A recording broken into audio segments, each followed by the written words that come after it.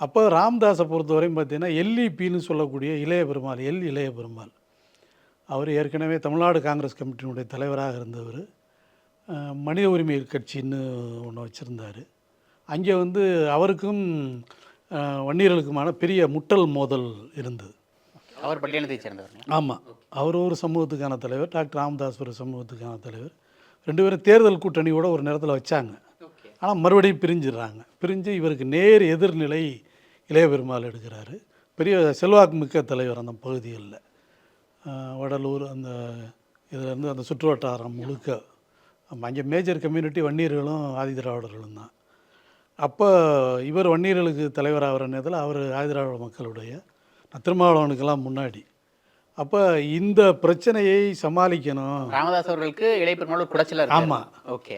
இதை சமாளிக்கணுங்கிறதுக்காக திருமாவளவனை சந்தித்தவர் நீங்கள் வந்து